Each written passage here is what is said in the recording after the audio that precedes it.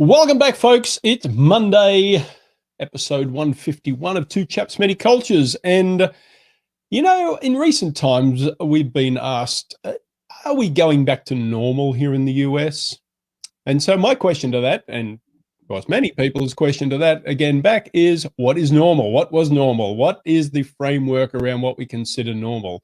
So we're going to talk about that today. And does it apply to the US today? Stick around.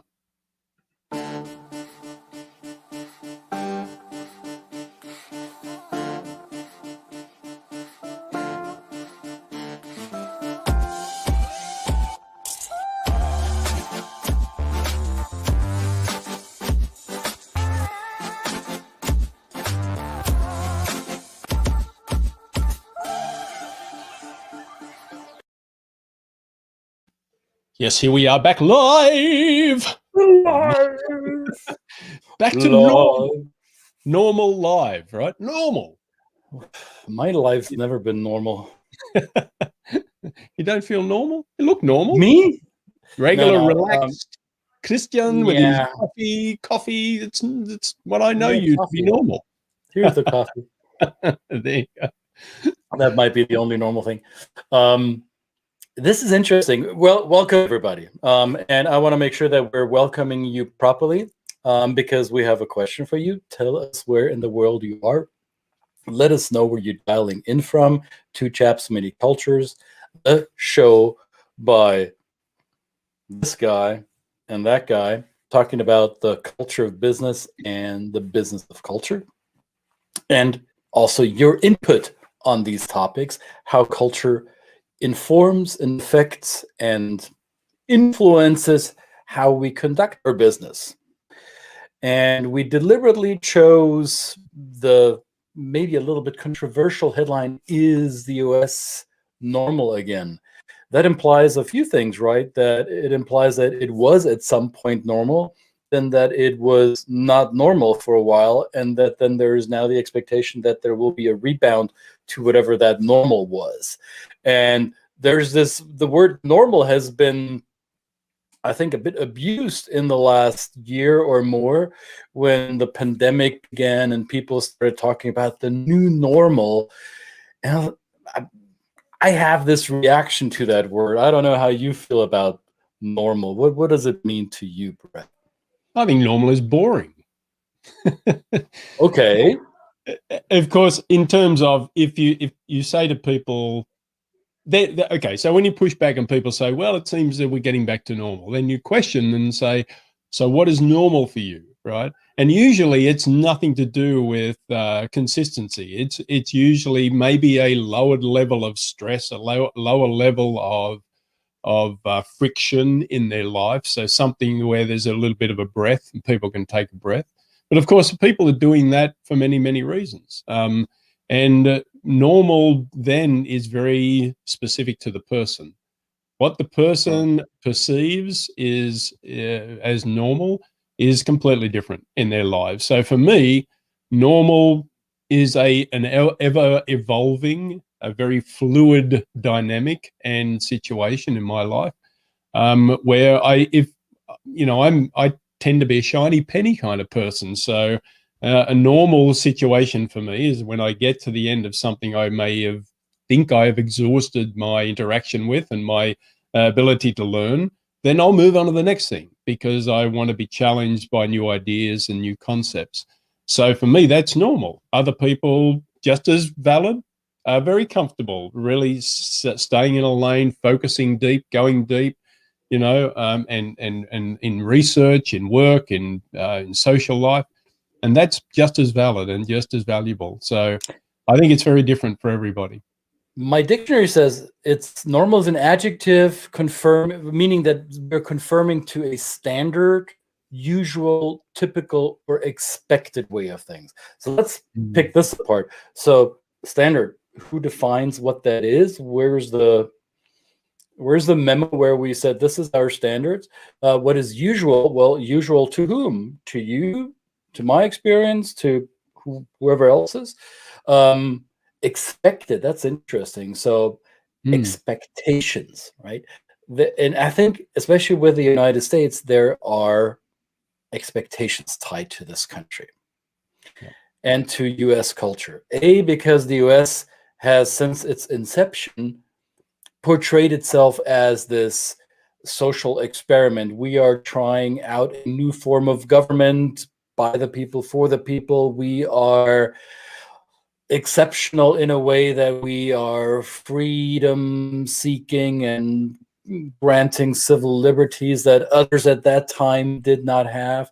So there's always been this high expectation within the US at themselves, at the country, as manifested in Constitution or the Book of Law.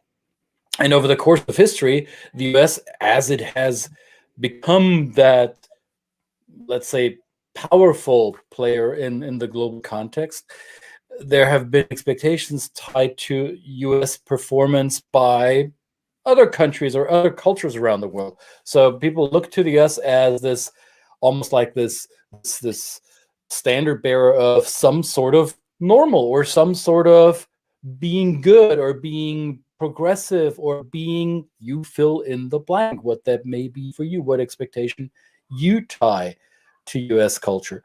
And then whenever the US falls short in comparison to the expectations, then we start lamenting. We're like, oh, look at this, and well, the experiment doesn't work, or where's the America that we used to know? And I think these comparisons can be a bit, and the expectations can be a bit misleading or almost dangerous, because every culture, and we're now talking about nation culture, which I think we've established on this program many times over, is a fallacy in and by itself. But if we're looking at a country and its people as some kind of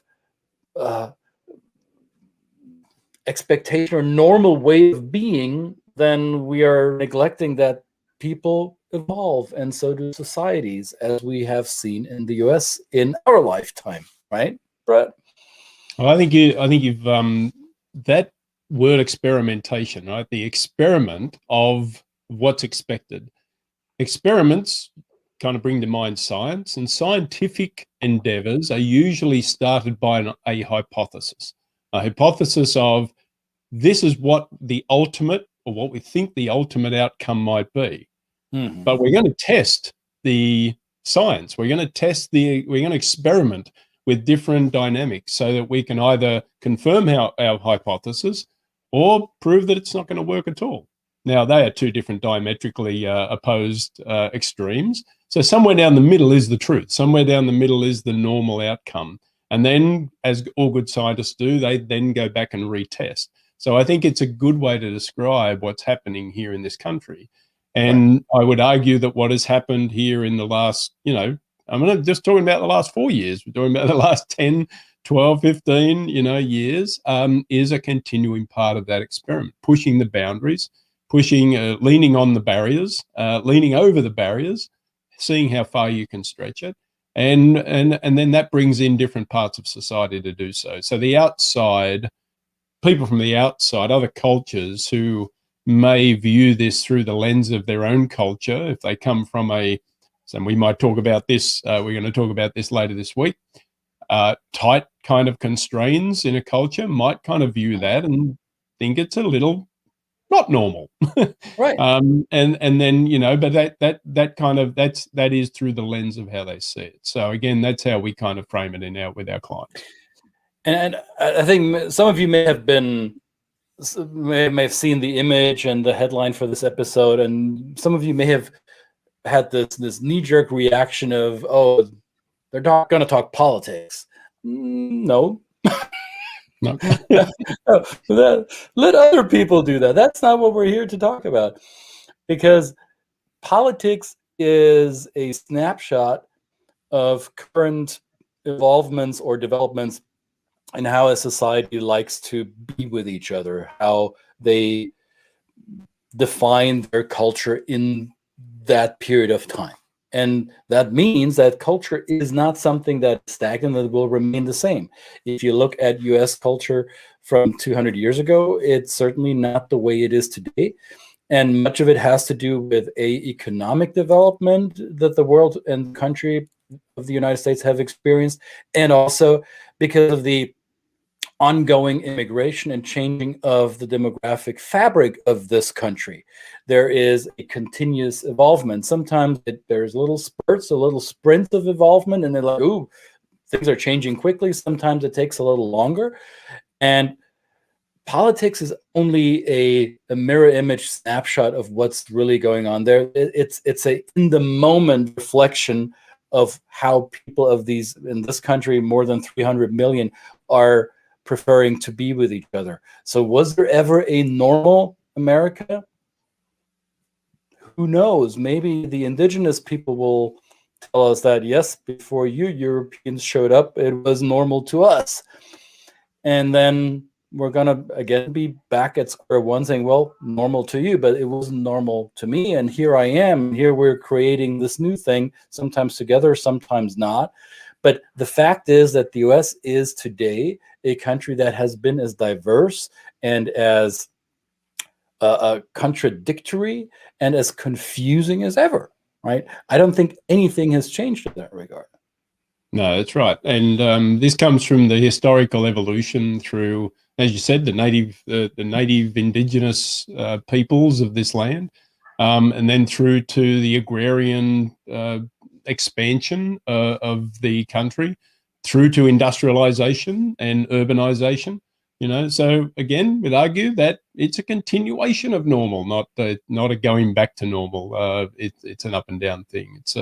And it's a great thing to watch. You know, it's exciting to watch. It's sometimes confronting to watch.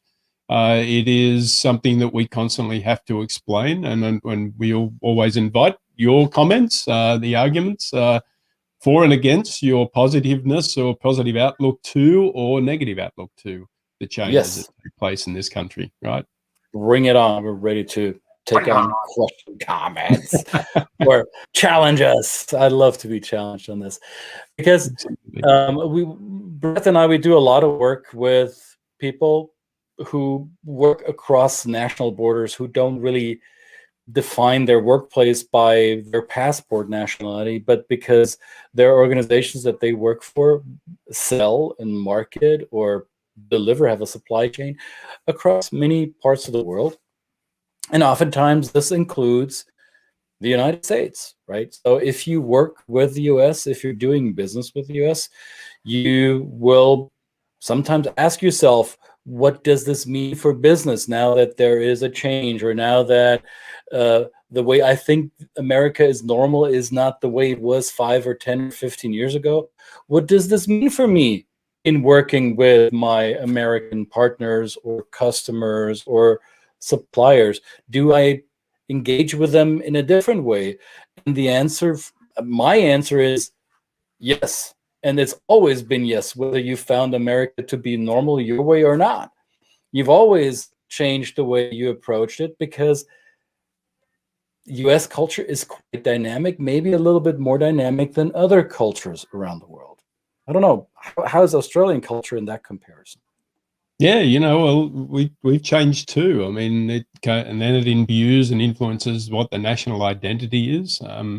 There are many similarities between the US and Australia in the way it has evolved. I would argue that we don't have the extremes of the political landscape that we have here, and that's for a few different reasons. The structure of the government is one, right. But just the view of the people and their expectations of and trust of government and that kind of thing comes into play.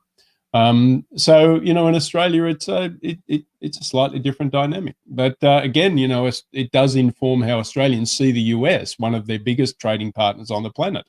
And so it is important to them. And so oftentimes the perception of stereotypes that we ascribe to our American counterparts, for that matter. I mean, understand Christian and I live in the US at the moment, but we have many conversations with people back in our home countries. Now, Sue here. Hi, Sue. How are you today? And Hey, this is a good question. What even is the workplace in 2021? Do the same rules apply after this current whether it be the pandemic or whether it be the political machinations and structure of the country, does the workplace even look the same, feel the same? Should you have the same expectations? Be interested in kind of, even though we're kind of, we would try and answer the question, Sue, what would be your definition? And what do you say, Christian? And I would argue that the workplace, and I like the way that Sue put it in quotation marks, I think the workplace has become a different concept, just like home has become a different concept for those of us who work globally and who have moved around. Now, a lot more people are being challenged in defining what is the workplace, which I think is synonymous to the home concept, where I feel like my work matters, where my work belongs, where it's acknowledged and recognized, and where I am important, right? So now this concept is changing, and it's becoming a lot more fluid. Also meaning that I am exposed to a whole lot more different cultures in the quote-unquote workplace or in my work-related interactions with others, because let's face it, people don't necessarily need to hire top talent within a 100-mile radius around their company building anymore. They are now hiring globally much more so than they've ever done, because with work from home or remote work, it matters even less now where your best talent in the market is located. So doing business with the US means that you might not be doing business with somebody who was raised in the US. You might work with a US company, and the counterpart that you're interacting with may be in India, maybe in Nigeria, or maybe in Norway. So hard to tell. Good question, Sue. Yeah, or Japan, which Sue has some wonderful insights into. But hey, Sue, good to see you, mate. So the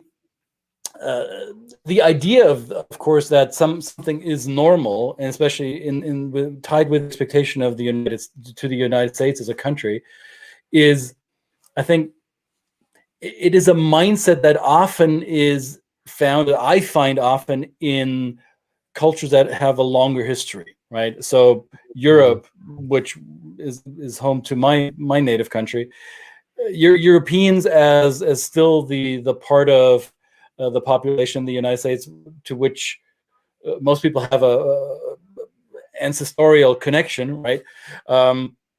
Europe has this interesting perspective on the US as well. Well, what are the kiddos doing over there on the other side of the big water, right? I mean, they're growing up now. They're not babies anymore. They grew out of their diapers and they're out of the terrible twos. Are they overcoming their puberty anytime soon? Oh, look at them now. They're still acting up. Oh gosh, when will the hormonal levels ever be normal again? So I'm taking a parenting approach, as you can say. And I think this is a quite condescending point of view on US culture, because it implies, or I think it implies that we Europeans have so much more experience, therefore we are smarter about how we approach our being with each other, our social norms. And it's easy to chastise the US for violations of what we consider to be normal, because we downplay and say, oh, well, it's such a young culture and they're still finding themselves in that world. Nonsense. I don't believe in that comparison. I think it's dangerous to take that approach, which, translating it to business, remember, we're talking about the business of culture and the culture of business. If you're doing business with the US with that mindset, you're going to be in for a rough awakening, because people will eat your breakfast and your lunch too. They're not waiting. Americans and American business culture is not waiting for you to roll out all your, let's say, antiquated perceptions of what normal might be. That's right. So, that being said, how can we learn about it? So, my good friend... Come here, learn about it. Come here and learn about it. My good friend, Christian, starting tomorrow, again, another episode, or another, what do you say? Another iteration, updated iteration of doing business with the US is available taking place tomorrow and Thursday, where Christian will. I will not be able to join tomorrow. I have other commitments, but I will be there Thursday. Yeah, I know. Where will you be? What kind of excuse is that? I'll be talking about Australia tomorrow, but that's a whole different thing. That is a good excuse. That is a good excuse. Yeah. I'll be you can explain to people why there's no more Australian news on social media. You can do, I'm sure you can. That's right. No more Facebook. No more Facebook. That's right. That's a different episode. That's a whole different topic. It's a whole different topic. Yes. Since we now established that your idea of what normal is maybe something for the dustbin, let's explore other ideas of how cultures manifest themselves and how we interact with them in a way that not only serves our personal agendas, but is a win-win proposition. So as my dad always says, a business is only a business if both parties have something to take away from it. So let's talk about doing business with the United States. It's a live training course starting tomorrow, and another part, the second part, on Thursday. It's 3 hours total, meaning 90 minutes per session. We'll start tomorrow at 11 Eastern time, which would be 5 p.m. 1700 hours in Central Europe, and bloody early morning 8 a.m. on the West Coast. Either way, if you want to find out more, if you want to know the details, we're only throwing this in here as a bit of information, but if you want more information around this, I put the link in the chat box, and you should be able to click it, and it will take you to the curriculum of the course and what it takes for you to be a part of it. I'd love to see you there. Brett might actually join us on day 2. Who knows? I'm still gonna light the fire under his Australian butt and see if he'll come join us, and we'll talk about this, and we'll learn together. How's that? Absolutely. And what will be normal is the wonderful expertise delivered by my good friend here, and that will be normal. That I can guarantee. That is normal. It will be. Don't make a liar of me now. Don't make a liar. Okay. One of my teachers, when I was already an adult, so this is not my school teacher, but a mentor of sorts, used the phrase fab normal, because we're fabulous with all our flaws and mistakes that we have, and that makes us fab normal. Not sure if I like the word, but it sounds better than normal. So there we go. Yeah. Sue is got the cultural norms seem disrupted or antiquated. Yes. Have we moved on from some of these norms? Will we never go back to what we consider normal? Quadruple pandemic, which is right. It's not just one pandemic, right? It is many, many things that have come to the surface and bubbled to the surface in this society, and as happens in many societies. The pandemic, racism, economic impact, right? It's exposed some inequalities that have existed, but in a socio-economic sense, and also disinformation. These are great points. These are 4 things that, what is fact, what is seen as fact, what is trusted, and what you can take to the bank and what you can't. That's a great point. And in the spirit of returning to something that we had before, I think the level of disinformation, at least from what I can measure personally, this is very unscientific, just from my own experience in the last few weeks, I think the level of disinformation, this dissemination, spreading thereof, has gone back. At least I feel. I might be wrong. Others may have a different view of this. It seems that where society is not as agitated anymore. The energy levels on each side of the spectrum, or on the, I don't know, there might be more than 2. The amplitude, the emotional amplitude has been coming down a little bit. I hope that trend continues. So if we're going to go back to whatever quote unquote normal, it may just be a heartbeat that's not above 150, right? Right. Yeah, no, that's a good point. I actually, just anecdotally, I feel the same way. I think that some of this knee-jerk embrace of stuff that is just so crazy is a little, people are a little less susceptible to that, perhaps. I hope, but that seems to be anecdotally what I see as well. Interested to hear what your thoughts are. And Sue rightfully asks, has U.S. or any culture changed? Well, that is, I think, a question that none of us will ever answer to full satisfaction, because my answer to this question 20 years ago was probably different than it is now, and who knows what my answer will be in 20 years. I think it's based on the experience of the person trying to answer that question. I watched, and this is super topical, I watched a movie yesterday from 2012, and it's called Killing Them Softly, a neo-noir movie. Not everybody's cup of tea, but Brett Pitt, who's one of the lead actors in that movie, at the end of that movie says, in America, you're all on your own. America is not a country, it's a business. And that is obviously only one way of looking at US culture. But some might see it that way, right? I never saw it that way 20 years ago. There may have been a phase in my life where I experienced US culture as very transactional and only everyone fighting for themselves, dog eat dog. And I see it differently today. And it has nothing to do with politics. It has a lot to do with my personal journey, with me maturing into the human that I am today, as a father, as a husband, as a neighbor. And the way I look at it now is different than it was 20 years ago. So that's a tough question to answer. I would suspect Sue and everyone else who's asking, do cultures change? I do think they do. I think they change at a speed that is not within our conscious perception.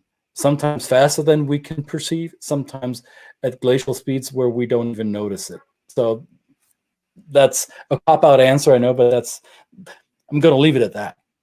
Yeah.